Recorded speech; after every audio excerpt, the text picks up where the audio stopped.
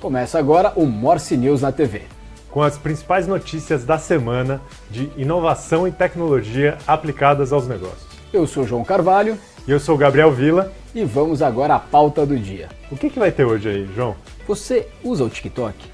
Cara, eu uso o TikTok e acho incrível o que o TikTok fez nas redes sociais. Ele mudou todo o esquema, né? Exatamente. O TikTok mudou um pouco a lógica das redes sociais. Eu confesso que eu não uso tanto, mas meus filhos usam, que é uma loucura. E existe um ponto importante. O TikTok nos Estados Unidos, isso aqui é uma pesquisa trazida pela AppN, ultrapassou todas as outras redes sociais em uma métrica que eles chamam de time spent, ou seja, quanto tempo as pessoas ficam no aplicativo. Em média, por mês, as pessoas ficam 24 horas e meia no TikTok. Isso é mais do que as outras plataformas que a gente conhece, então ele se tornou a plataforma número 1 dos Estados Unidos em tempo de permanência. E como você deve usar uns 10 minutos, quer dizer que alguém está ficando umas 2, 3 horas por dia aí no TikTok, né? Exatamente. Se a gente pegar, dá mais ou menos 1 hora por dia útil, né? Se a gente for considerar as 24 horas, então acontece realmente isso. Tem algumas pessoas como eu, que entra de vez em quando um pouquinho, e tem quem fica quase que o dia todo lá. Mas a gente sempre faz essa comparação entre as redes e até entre outros países baseado na média. E isso é super interessante porque a gente vinha do mundo onde a gente entendia que as principais redes que já existiam tinham meio que dominado esse mercado e que seria muito complicado alguma outra rede trazer esse desafio, né? Isso já acontecia na Ásia, mas a gente tinha essa questão, será que isso vai acontecer também nos mercados aqui do Ocidente? E aconteceu nos Estados Unidos, que vocês sabem é a base, né, das outras plataformas que são concorrentes nesse caso. Ô João, vou te perguntar um negócio agora para você pensar aqui. O que você acha que o TikTok fez que deu tão certo e por que ele cresceu tanto, sendo que as outras redes sociais já estavam tão estabelecidas? O que você acha que foi? Perfeito. Acho que aqui tem, na verdade, um pouco até da nossa pauta do dia. Algumas coisas aconteceram com ele. Primeiro é o seguinte, diferente de outras redes, quando você chega no TikTok, mesmo que você ainda não conheça ninguém, que você não siga ninguém, você já tem uma experiência interessante. Então ele é sim uma rede que você pode seguir pessoas e assuntos, mas quando você chega lá, você já tem uma lógica de uma experiência muito interessante. Então acho que esse é o primeiro ponto. E o segundo, ele tem um algoritmo que está sendo considerado um dos melhores algoritmos de redes sociais do momento atual. Ou seja, tem uma lógica de trazer conteúdos novos para as pessoas que chega a ser, com o perdão da palavra, quase que viciante, né? Porque você vai vendo um conteúdo chama o outro e tal, e isso fez com que essa rede tivesse toda uma lógica de trazer novas pessoas, segurar novas pessoas lá dentro, né, que é o time spent, e também ele permitiu que os conteúdos fossem compartilhados em outras redes. Então, hoje em dia, quando a gente fala aqui, principalmente de Instagram, por exemplo, acaba sendo um ambiente fechado. O que o TikTok fez? Ele criou uma forma de você ver algum conteúdo que é tão interessante lá dentro e você compartilhar nas demais. Então ele acabou utilizando as demais redes para atrair mais audiência para ele. É isso que dá ele entrar depois, né? Então ele se apropria do que já foi construído, é como se já tivesse quase tudo pronto lá e ele se apropria. Além disso que você falou, e eu super concordo que o TikTok ele tem um jeito de você entrar no TikTok de um jeito muito mais fácil, né? Que você já acessa vários conteúdos e ele vai entendendo quais são os seus gostos sem que você precise seguir as mesmas pessoas que você já tem nas outras redes, né? Mas um dos fatores que eu considero incríveis do TikTok é a facilidade de editar vídeos, né? Então ele acabou virando um conteúdo mais fácil das pessoas subirem pautas lá, conteúdos. Então ele tem uma dinâmica diferente de acoplar música, os cortes das imagens e tudo mais, e acho que isso foi uma das grandes inovações do outra ponta, né? Porque também não adianta nada ser super fácil de acessar se não tem ninguém criando conteúdo. Perfeitamente, e conteúdo é justamente o outro pilar que fez com que ele crescesse bastante. E aí não é só o caso do TikTok, eu acho que todas as principais plataformas, tanto social quanto distribuição de conteúdo, investiram muito nos conteúdos originais, conteúdos proprietários ou em parceria com quem gera conteúdo. Então aconteceu também de nesse lançamento e, na verdade, durante todo esse período, né, desde o lançamento até agora, o TikTok fazendo parcerias e trazendo produtores de conteúdo, celebridades que começaram a alavancar isso. Então foi um pool de diversas ações, óbvio que não existe a gente fala bala de prata, né? Não existe uma coisa sozinha que você faça e que seja a salvadora da pátria. Eu acho que foram uma série de ações que, feitas de forma colaborada, permitiram que o TikTok tivesse esse destaque. Mas o principal que a gente vai trazer hoje aqui é o seguinte: como eu já falei aqui, o seu algoritmo de otimização e recomendação de conteúdo realmente é considerado hoje em dia um dos melhores do mercado, e ele passa a ser uma funcionalidade que a TikTok vai comercializar, ou seja, passa a ser um serviço que a empresa oferece para o mercado. Aliás, algoritmo é um dos temas que mais vieram de ouvintes, de vocês que acompanham a gente aqui no Morse na TV. Toda semana a gente pede para vocês mandarem sugestões de pauta, itens que vocês consideram interessantes e que vocês queiram que a gente debata mais e traga mais para todo mundo, né? Algoritmos é sempre um dos temas que mais vem. E lembrando para vocês, se vocês quiserem mandar coisas para a gente, é só seguir o joão.morse.digital ou gabriel.morse.digital no Instagram e mandar suas sugestões para a gente, ou, obviamente, colocar aqui nos comentários da própria Live Store.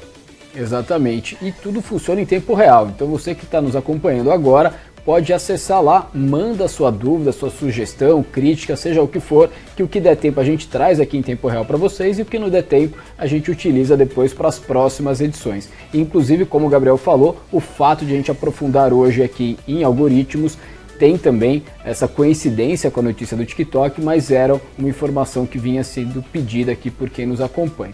Então, vamos lá, conta. Algoritmo é... Acho que vamos explicar o que é algoritmo, era isso que eu ia te perguntar. O que é um algoritmo? Perfeito. Pensa o seguinte, um algoritmo nada mais é do que uma forma de um sistema computacional entender alguma coisa e gerar decisões. Lá atrás, eu trabalho com digital há algum tempinho, a gente chamava árvores de decisões. Então, quando você liga, por exemplo, numa URA, URA é quando você liga em uma central telefônica e você começa a digitar os números e tal. Isso é uma árvore de decisão. Só que ela não é inteligente, ela segue sempre o mesmo fluxo. O algoritmo ele começa a trabalhar esses elementos, ele começa a entender esse comportamento, ele começa a prever e criar sugestões que vão otimizar essa jornada. Talvez seja uma forma aqui mais simples um pouco de explicar. E algoritmos são utilizados para darem superpoderes. Então pensa que hoje a gente, enquanto pessoa física, tem limitações, a máquina não. E você pode colocar na máquina esses superpoderes, onde você acelera uma tomada de decisão, você otimiza uma tomada de decisão e muitas vezes você traz uma experiência melhor para o seu cliente. Boa. Um outro jeito de pensar isso é como se você estivesse programando regras para o computador executar. Então imagina que tem um cara lá do TikTok, se o TikTok fosse lançado 20 anos atrás, ele ia ter uma regra que ia ser assim: toda vez que alguém assistir um vídeo por mais de 20 segundos, então coloca esse vídeo na fila para que todas as outras pessoas continuem a ver, né? Seria uma regra assim. O que mudou de lá para cá? Esses algoritmos eles passaram a ter inteligência artificial. Eles deixaram de ser apenas uma decisão, uma regra computacional que algum engenheiro de software criou. Ele passa a ser uma caixa preta lá, que ele vai aprendendo com ele mesmo. Então ele cria uma inteligência própria ali, mas que não é uma inteligência humana, né? Ele é um método computacional de otimização de recursos. Ficou boa a explicação, mais ou menos? Ficou boa. E aí qual que é um ponto interessante? O algoritmo, para trazer essa inteligência, quanto mais dados ele tiver, melhor é. Então no exemplo aqui que o Gabriel deu, o TikTok ou qualquer outra plataforma que pudesse recomendar conteúdo, ela vai começar a combinar informações. Então, esse conteúdo a pessoa assistiu, ela gostou, mas vamos ir para uma segunda, terceira, quarta derivada. Que horas do dia ele viu esse conteúdo? Que dia da semana? Antes ou depois de qual outro conteúdo? Qual tipo de telefone celular que estava lá? E aí ele começa a entender que é o seguinte: esse conteúdo é interessante, mas ele é mais interessante de dia, à tarde ou à noite. Ele é mais interessante quando você está vendo quais tipos de outros conteúdos. Então vocês conseguem entender que isso vira uma teia de diversas informações combinadas. Por isso que você precisa colocar uma inteligência computacional para isso, e é daí que vem o algoritmo. Qual que é o ponto? Quanto mais informação você coloca ali à disposição, mais rico, mais poderoso se torna esse algoritmo. E aí algumas outras empresas que estão começando a demandar esse tipo de serviço, muitas vezes não tem tanta informação para começar. O que acontece? Empresas que têm já um algoritmo mais apurado podem licenciar essa tecnologia para outras empresas que estão começando. E é justamente por isso que o TikTok hoje, ao ser considerado um dos principais algoritmos de recomendação de conteúdo, começa a oferecer isso como serviço. Então é interessante vocês entenderem um pouquinho essa lógica, porque isso possibilita que empresas contratem inteligência de terceiros e algumas outras empresas também entendam que a inteligência criada dentro do seu negócio já pode ser algo que você pode comercializar para terceiros. Boa. Então, vamos lá.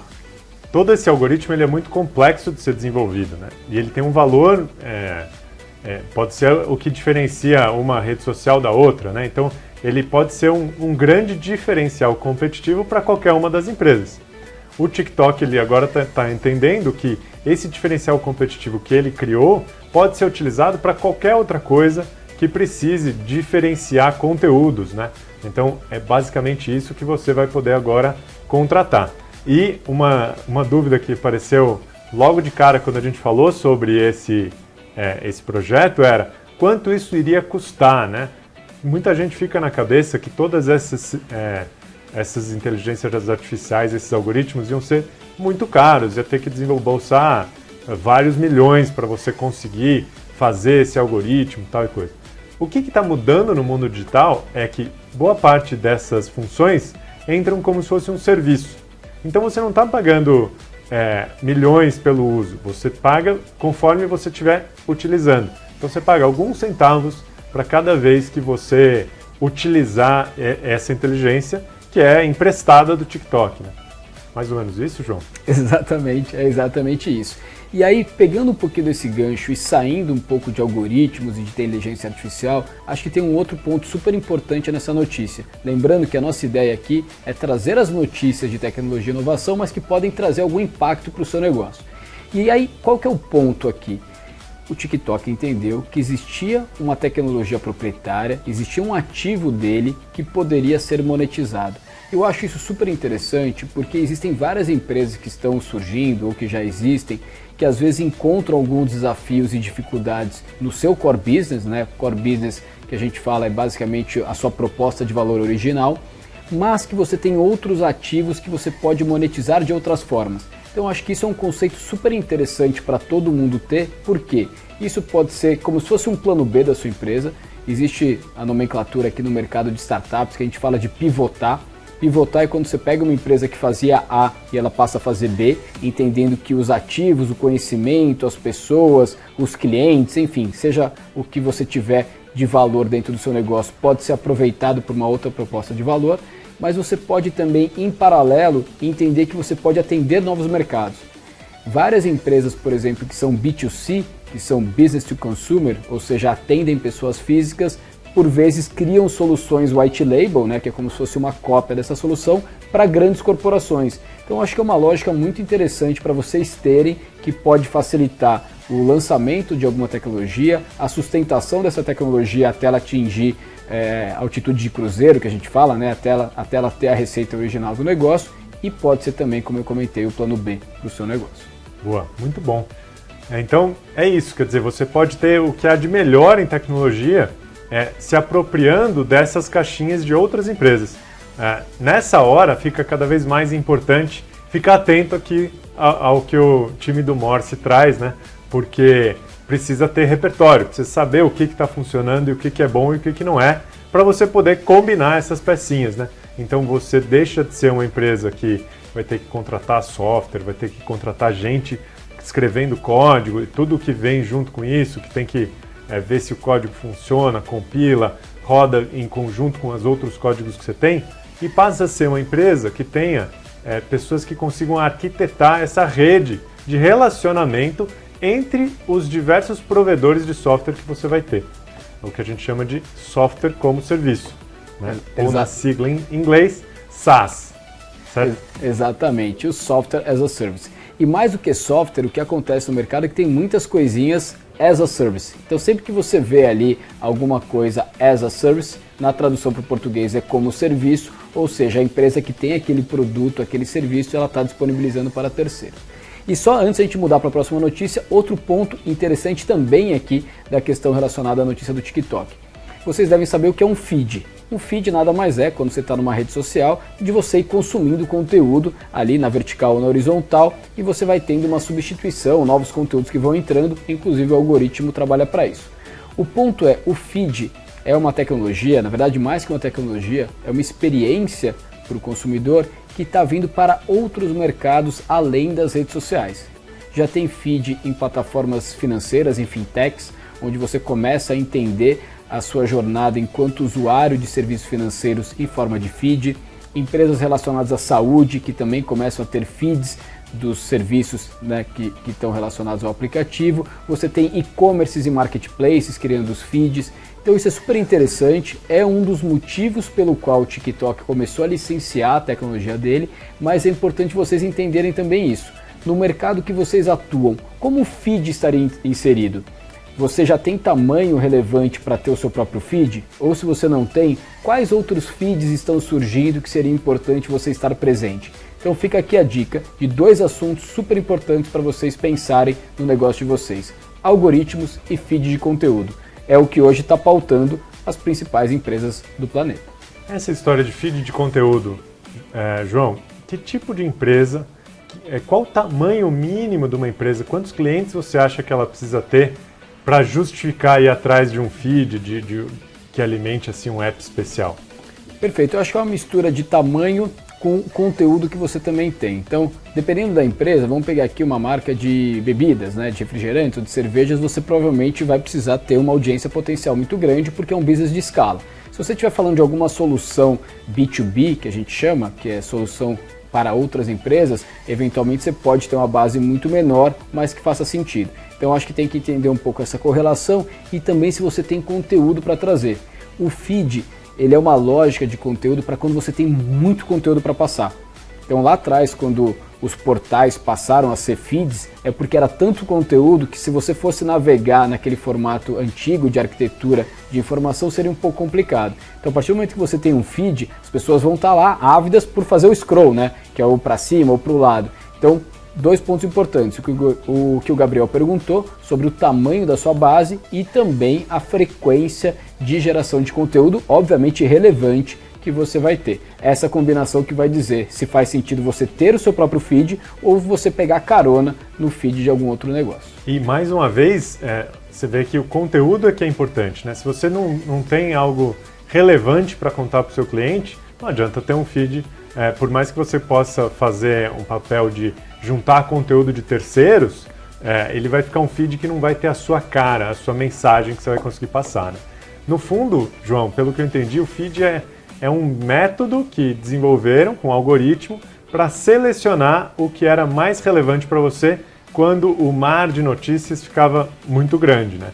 Eu me lembro, você vê que eu dedo a idade toda hora, eu me lembro quando o Facebook começou a ter feed, né? Que as pessoas ficaram, não, mas isso é ruim, agora eu não sei mais. Porque antes o feed era sempre por ordem de chegada, então a última notícia chegava primeiro, né? E você ia vendo na ordem que as coisas aconteciam, na ordem que os posts eram colocados pela sua família, pelos seus amigos.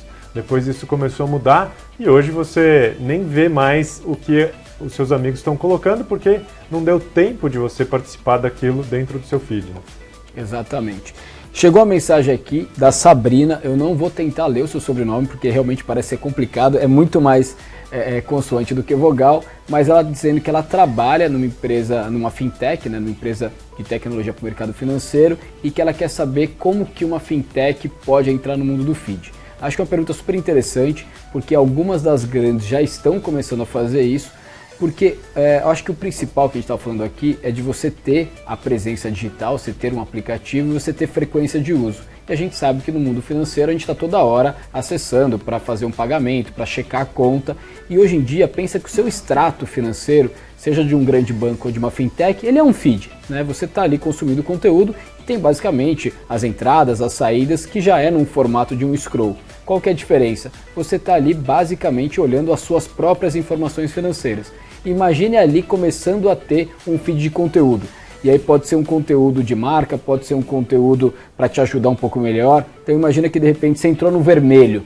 E a hora que você entra no vermelho, vem um vídeo de alguém te explicando um pouco melhor sobre educação financeira. Ou ao contrário, começa a ter um excedente, sobrou um dinheirinho ali na conta, pode ter um vídeo te ensinando como você aplicar esse dinheiro. Então essa é a lógica de quando você traz um feed de conteúdo para dentro de uma prestação de serviço.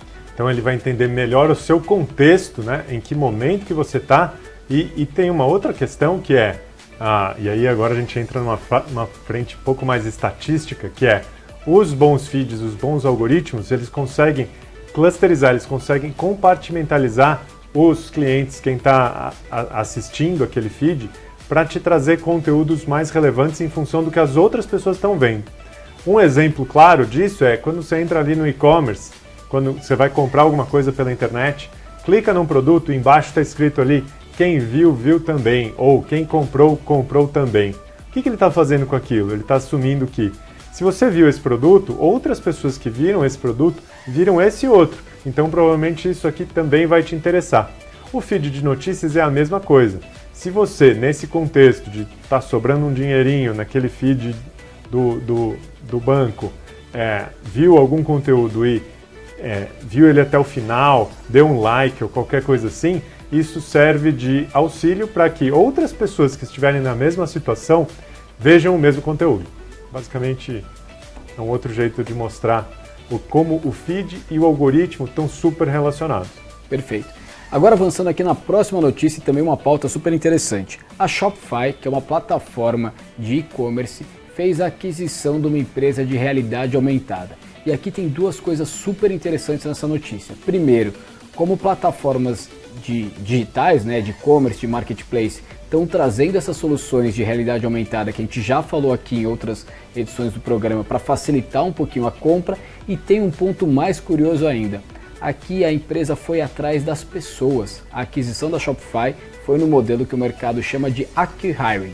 Basicamente é uma aquisição, do inglês, acquisition, com hiring, que é de contratação. Agora fala isso 3 vezes bem rápido. Acqui-hire, eu já concentrei tanto para falar uma vez, mas eu não vou tentar falar as 3 vezes. Mas é um conceito super interessante, porque na aquisição, o que a Shopify disse foi o seguinte: estamos fazendo aquisição porque a gente quer a qualidade e a competência do time que trabalha na empresa para desenvolver novas soluções aqui dentro. Ou seja, vai trazer sim a solução que eles já tinham desenvolvido, mas o fato de eles terem feito aquela solução serviu de vitrine para mostrar o potencial. O mercado às vezes chama isso de como se fosse um desfile de moda, sabe? Onde você tem lá as pessoas que trabalham com moda fazendo algumas peças super diferenciadas para mostrar o seu potencial, para eventualmente depois vender outra coisa. Então aqui, olha que interessante, quando você é especialista num assunto, você pode ser reconhecido pelo produto final que você desenvolveu ou pela sua capacidade de desenvolver aquele produto. Muito bom, é isso aí. Então fique ligado nas oportunidades. Você, como startup, você pode ser escolhido por alguma grande corporação porque você tem um time de ponta que pode trazer conhecimento para as empresas. Né? Exatamente. E o outro ponto que é interessante é essa questão da realidade aumentada ou realidade virtual. Explica aí, o que é a realidade aumentada, João? Vamos explicar então. A primeira diferença, existe realidade aumentada e realidade virtual. Realidade virtual é quando você realmente entra numa outra realidade, é quando você coloca aqueles óculos e você sai do ambiente onde você está e você só enxerga esse outro ambiente.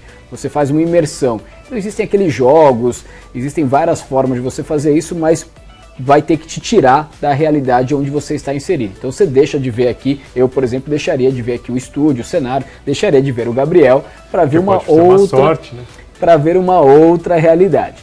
A realidade aumentada é quando você mantém aqui essa realidade onde a gente está inserido e você vê outros elementos. Então imagina que a gente está querendo redecorar o estúdio. Inclusive um parênteses, não sei se vocês repararam, o estúdio está maravilhoso. Olha, tá estúdio demais, novo. Cara, eu achei Parabéns para todo mundo, porque incrível. O estúdio realmente está lindo e maravilhoso. Só que imagina que antes de você fazer essa reforma, seja aqui no estúdio ou na sua casa, você queria ver como é que fica. Será que fica bacana madeira na parede? Será que fica bacana vermelho, azul? Então a realidade aumentada ela coloca elementos virtuais dentro da realidade já pré-existente. e ele é muito utilizado para você experimentar roupas. Então imagina que você está no e-commerce, você quer comprar ali uma jaqueta, uma camisa, um tênis, um óculos, seja lá o que for, e você quer saber como fica em você antes de comprar, que é um comportamento que você faria se você tivesse numa loja física, e no mundo virtual é um pouquinho mais difícil. Então você consegue, com a realidade aumentada, fazer isso. E é justamente essa tecnologia e essa proposta de valor que fez com que a Shopify comprasse essa empresa para trazer essa possibilidade para quem for comprar dentro das suas plataformas. E aí eu digo para vocês, todo mundo, a gente fala de realidade aumentada há anos, tá? E todo mundo fala, não, isso é muito distante, ninguém vai usar, não tem nada a ver. A gente sempre escuta isso como, não, é uma tecnologia em busca de um problema, ninguém vai usar. E mesmo para e-commerce, faz anos que você já consegue comprar óculos escuros com realidade aumentada, aí você veste o óculos, só que o óculos não está lá, experimenta como que ele vai ficar no seu rosto e tal. Mas o uso disso era muito restrito. Mas aí você vai pensar, você está lá fazendo videoconferência no home office e tal. Você já viu pessoas trocando fundo da videoconferência, né? Por quê? Porque não quer que as pessoas vejam quem está passando atrás, ou a bagunça que está na sua casa, né? Aí você coloca um fundo, como se estivesse lá em Nova York, alguma coisa assim. Aquilo lá também é realidade aumentada. É um jeito de você colocar no vídeo, colocar no digital, alguma coisa que não estava presente no mundo real. Então, basicamente é isso. Você já está usando realidade aumentada e nem sabia. E tem todos esses apps, tipo o Instagram também, que tem um monte de filtro, que você vai trocando. Todos esses filtros são um tipo de realidade aumentada. Perfeito. Outra notícia que, na verdade, a gente falou um pouquinho por ela em outro programa aqui, e aí algumas pessoas mandaram querendo saber um pouquinho melhor como isso funcionava, foi a notícia que a gente deu que uma empresa criou uma lógica de fazer publicidade nos sonhos, ou seja, estimular que as pessoas sonhem com algum produto, isso dentro de uma lógica muito parecida com a realidade aumentada, só que em vez de, no caso da realidade aumentada, você vê isso aqui ao vivo, nessa outra situação você vai sonhar com um produto. Você conhecia isso, Gabriel? Cara, eu conhecia isso da época do Sleep Learning, que era um apetrecho que você colocava embaixo do travesseiro e ele ficava falando alguma língua que você queria aprender em inglês enquanto você dormia. E eu sempre pensei que isso era, um negócio que não funcionava, que você não ia aprender nada, e 2, algo que você não ia conseguir dormir quando ficasse aquela musiquinha lá no seu travesseiro, né? Eu não sei você também. Você lembra do Sleep Learning? Eu lembro, aprenda dormindo, ganhe dinheiro dormindo, tem várias brincadeiras nesse sentido. E, na verdade a gente fala brincadeira, mas as empresas tinham uma proposta de valor como uma forma séria.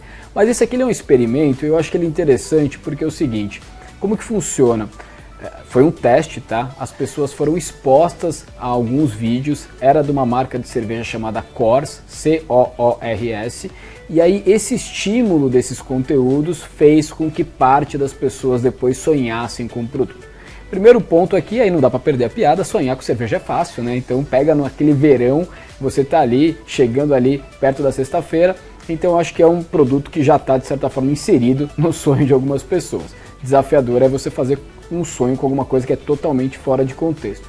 Mas, tirando aqui a brincadeira, eu acho que o ponto é, qualquer comunicação que a gente faça, ela tem como objetivo gerar um residual, gerar um awareness. Então, eu acho que o interessante que pode sair desse estudo, menos até do que tentar vender publicidade no sonho, é tentar entender quais estímulos foram os ideais para o cérebro. E isso pode ser trazido de uma forma mais simples e menos até assustadora para coisas práticas do nosso dia a dia. A gente está falando aqui de algoritmos e de conteúdos. Basicamente, você vai ter algoritmos entendendo quais tipos de comunicação são mais interessantes para o sonho. Eu entendo que, com exceção do pesadelo, quando você sonha com alguma coisa, é que você teve uma experiência muito agradável com aquele conteúdo. E se a gente conseguir ter formas de ter esses conteúdos mais agradáveis, eu acho que é interessante para todo mundo. Por exemplo, nesse momento a gente está piscando o Morse ali atrás do João, que é para ver se você vai sonhar com a palavra Morse.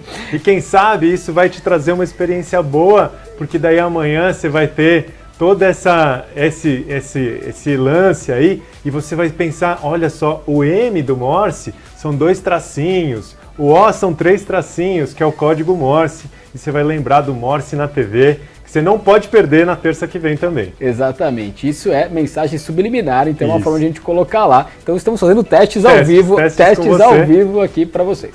Perfeito. Mas isso é brincadeira, obviamente, mas assim, a gente quer que você lembre que toda vez que você está vendo uma propaganda, em qualquer lugar, ela está te passando alguma mensagem subliminar para aumentar isso que o João falou de awareness. Awareness é lembrança de marca. Ou seja, você está passando na rua, tem um outdoor, ninguém está prestando atenção naquele outdoor, mas mesmo que ele esteja ali, ele está no seu campo visual, mas você não prestou atenção nele. São feitos testes que mostram que as pessoas têm lembrança dessa marca mais do que se aquele outdoor não tivesse ali. E essa história de piscar é brincadeira, mas é verdade também. Toda vez que alguma imagem pisca ou mostra mais vezes, qualquer movimento que aparece, mesmo que você não lembre dele, não tenha captado ele te traz mais awareness, te traz mais lembrança de marca também. Exatamente. E se você quer continuar acompanhando as principais notícias e tendências de tecnologia e inovação que podem influenciar o seu negócio, seja positivamente ou seja porque é um desafio que você tem que estar atento, acompanhe o Morse. Estamos aqui na TV, estamos também através do morse.tv.br, onde você consegue inclusive acompanhar os conteúdos depois. E não deixem de continuar mandando aqui suas sugestões e críticas, não é porque a gente não traz todas aqui no ar que a gente não leva em consideração. Inclusive a pauta de hoje a gente trocou muita mensagem com quem veio participando, então obrigado a todos vocês que ajudaram a fazer a pauta de hoje. Maravilha. Até semana que vem. Obrigado.